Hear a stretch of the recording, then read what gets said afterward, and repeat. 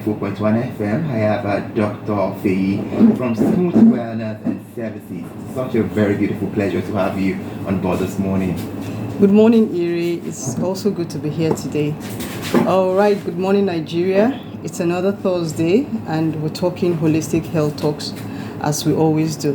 So today I'm going to discuss on how stress affects the lymphatic system. Now we've been able to finish on toxic stress. So now we're going to the systems. And the lymphatic system is a particular system that we really do not talk about, but honestly, it's a very, very, very important system in the body. Now, when you ask what is the lymphatic system, that is a network of organs, of tissues, of vessels that work together to maintain fluid balance throughout the body, and it also helps to fight away ailments and diseases. Now, how does it do that? By doing its job as an immune support. Now, the lymphatic system is part of our immune system, and it also complements the circulatory system. That's why it has vessels also, so that it can circulate around the body.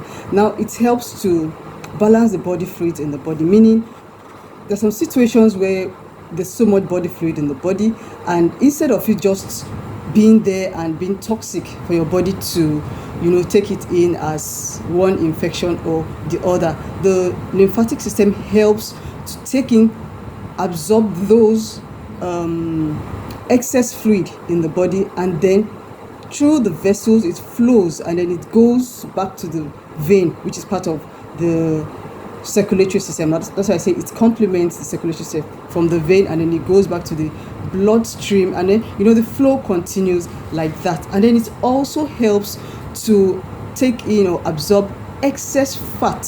So now you can see that I've talked about excess fluid, excess fat now.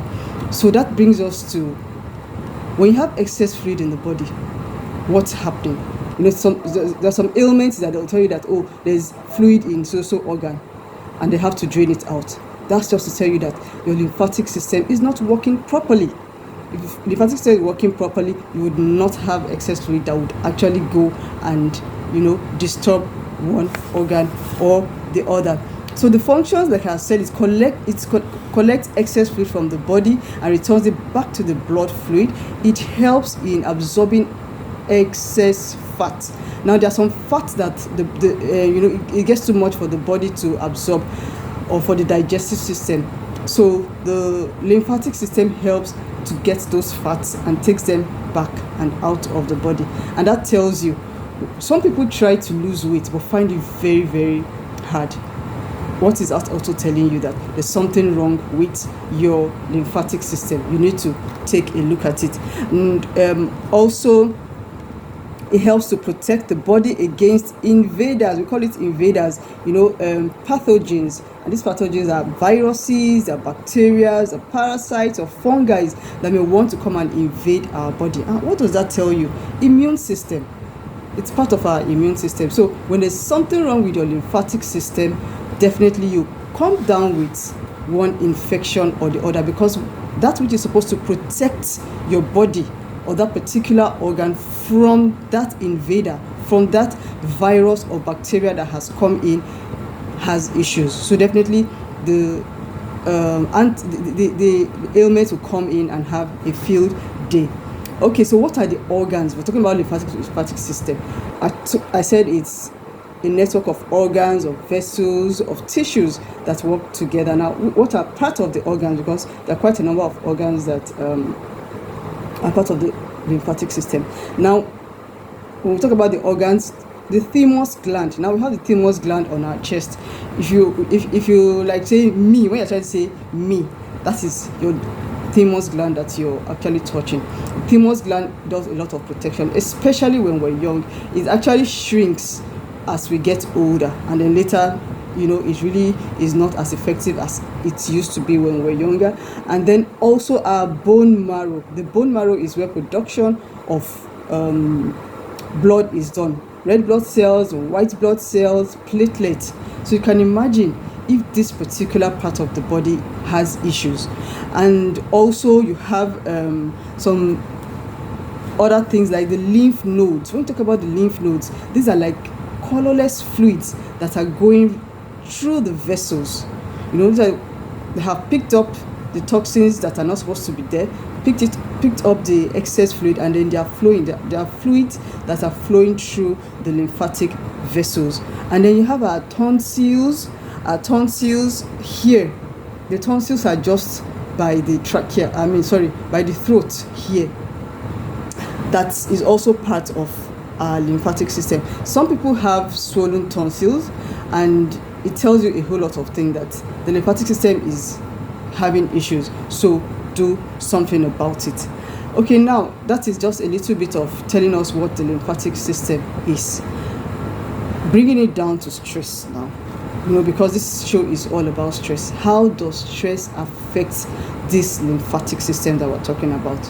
All right, so now we're talking about chronic stress. Remember, I have said from the very beginning that we have different kinds of stress. We have the acute stress and we have the chronic stress.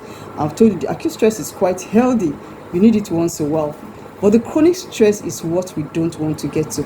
And when your body is always under stress, that's when you have chronic stress. And this chronic stress releases too much cortisol in the body.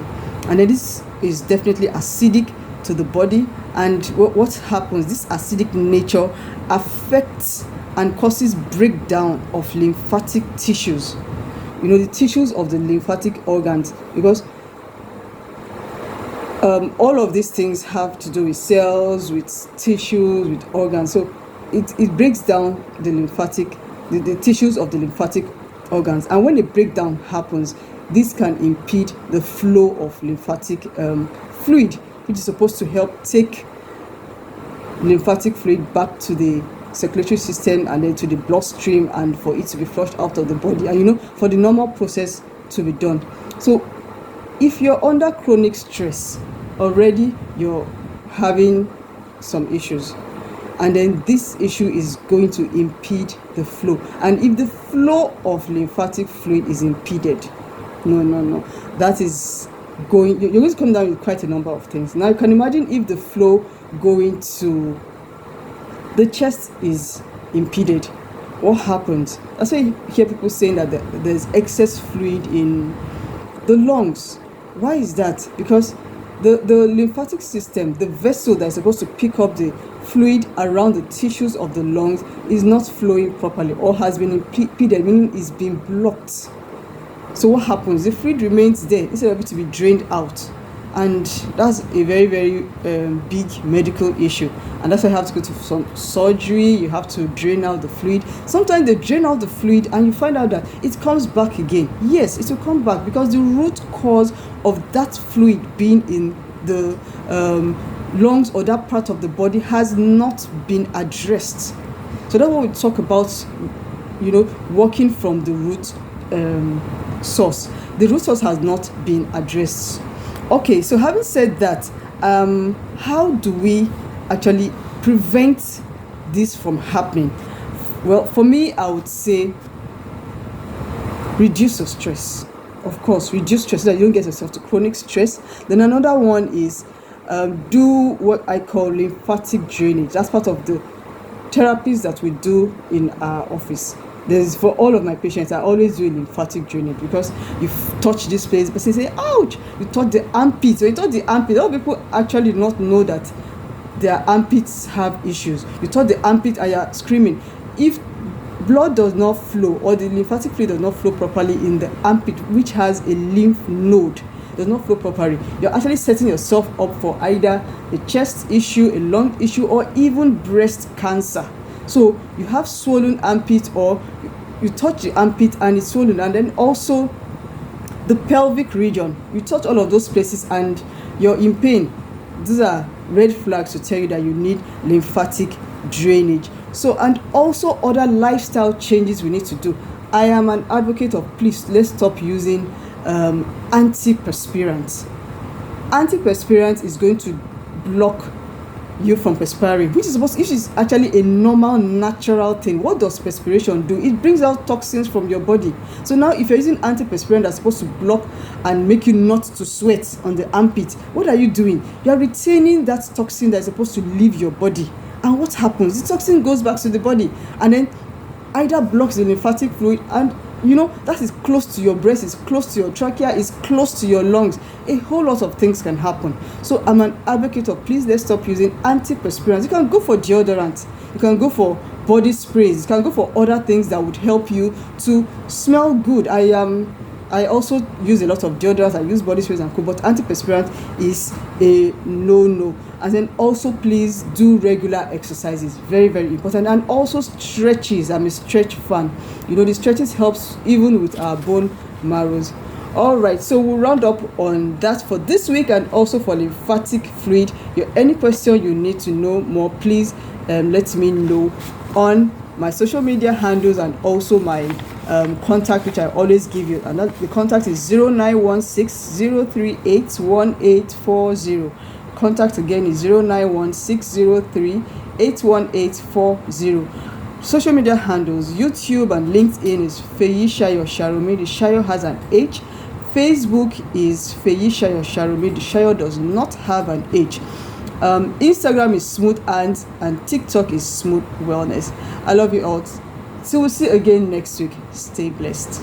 All right, a very beautiful one there, Dr. Feyi from